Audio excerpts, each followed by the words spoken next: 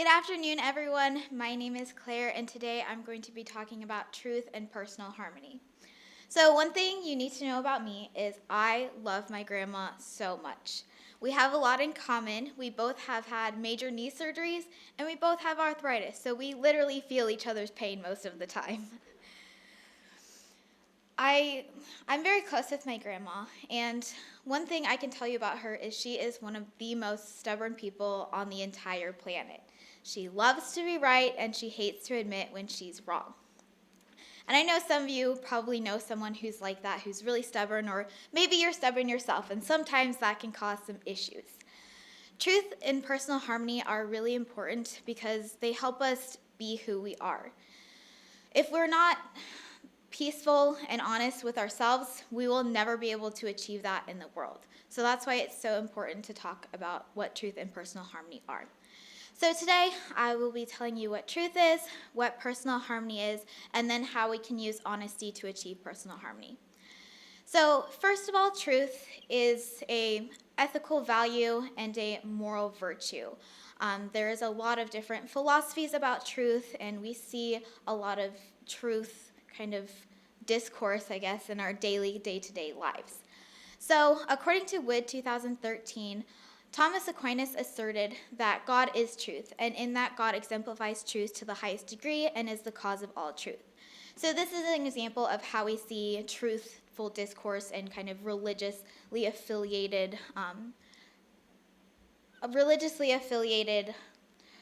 discourse analysis. So a lot of people have their moral compass based off of what they believe in, whatever God or religion they follow, and it's very important for them to be honest because it allows them a higher degree of holiness. And the second way we see truth in kind of everyday life is when we swear to tell the truth, the whole truth, and nothing but the truth, because that really encompasses what a lot of people believe truth is.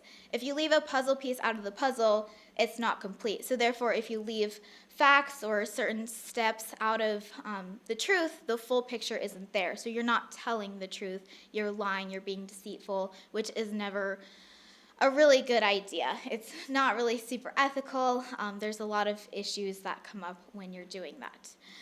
So sometimes it's a lot easier to tell other people the truth than to tell ourselves the truth. I can look at someone and say, oof, they should dye their hair. But when I look at myself in the mirror, I'm like, yeah, I could go another week with my roots, okay? My grandma can tell my aunt that she goes too much and she should just stop traveling and stay home and take care of the house for a little bit. But she will never stop quilting and going in her garden and then complaining that her legs hurt because she's been too active all day. So it's sometimes harmful when we can't admit to ourselves that we need help. So now that we know what truth is, let's talk about personal harmony. Personal harmony is pretty self-explanatory. It's peace within ourselves.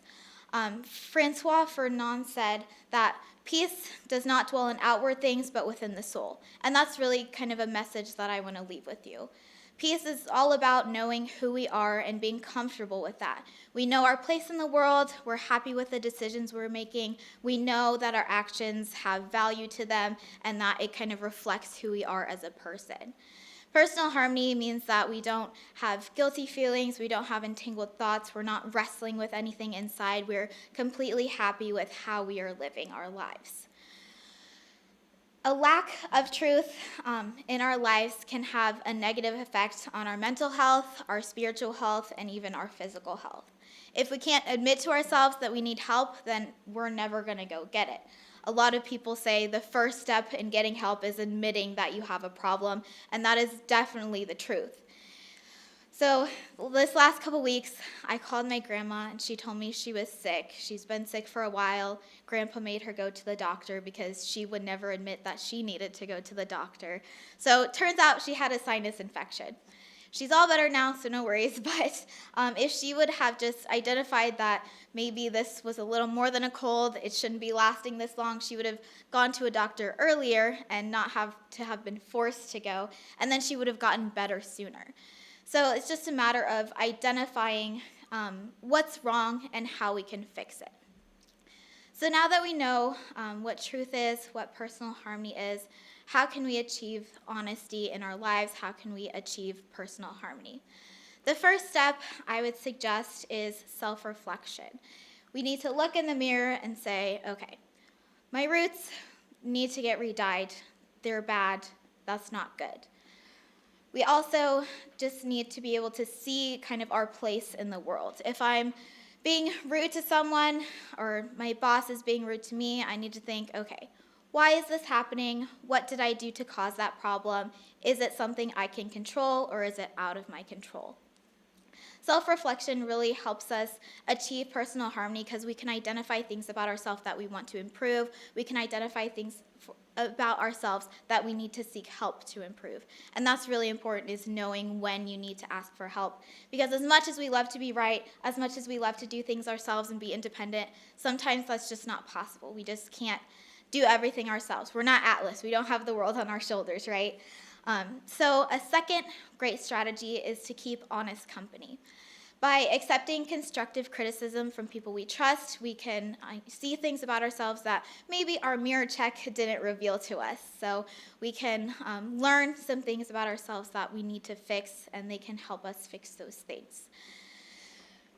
So by constructive criticism, I don't mean just like listening to Joe Blow off the street tell me that I need to fix my hair because it's ugly and it's curly and he doesn't like it. I mean, if my friend tells me that, hey, I was kind of rude to this person the other day, you should probably not do that again. That was a behavior that I didn't see from you. It didn't seem like you.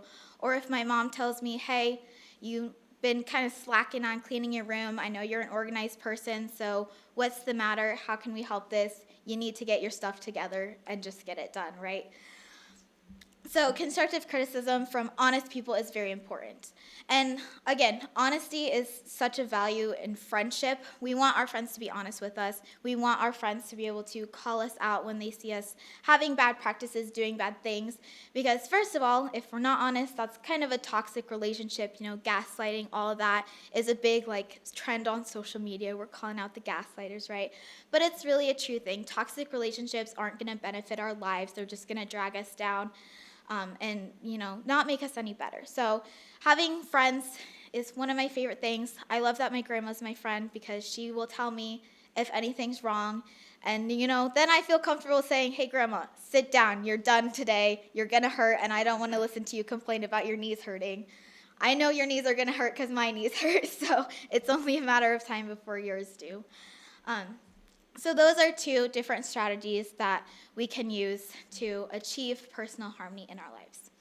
So now that we've talked about truth, personal harmony, and finally how we can achieve personal harmony, we know a little bit more and we can go forward and be better people. The whole point of honesty and personal harmony is being able to improve ourselves. We want to be able to live a good life and improve over time. And there's no point in that if we can't be honest with ourselves and identify problems. If we just say, this is who I am, be okay with it, then what if someone's not okay with it? What if you're failing because of that? Being stubborn is good because it means you're persistent, but being stubborn is also bad because it means that you won't accept opinions, accept outside beliefs. Sometimes you are wrong, and that's just the way it is. So wouldn't you rather learn how to be right than just be wrong forever? So truth drives good decision making, and when we know the truth, we can see who we are. Personal harmony means that we are happy with who we are and the actions that we're taking. And by self-reflecting and accepting constructive criticism from honest company, we can achieve honesty and personal harmony within ourselves. So my grandma, who I love so much, I don't know that she'd be happy that I'm giving you all this tea about her, but she is one of the people that I love, and I have inherited some stubbornness from her. I don't like to admit when I'm wrong, but sometimes it's just like, Grandma, if you would sit down and I could tell you that I love you so much, but also you need to just know when you need to go to the doctor and when you need to listen to other people, and that your daughters care for you, and that's why they tell you these kind of mean things sometimes because they just want the best for you. That's really important. And so seeing my grandma kind of struggle with these personal things just makes me want to be a better person, makes me want to improve, makes me want to drive for truth and personal harmony within myself. Thank you.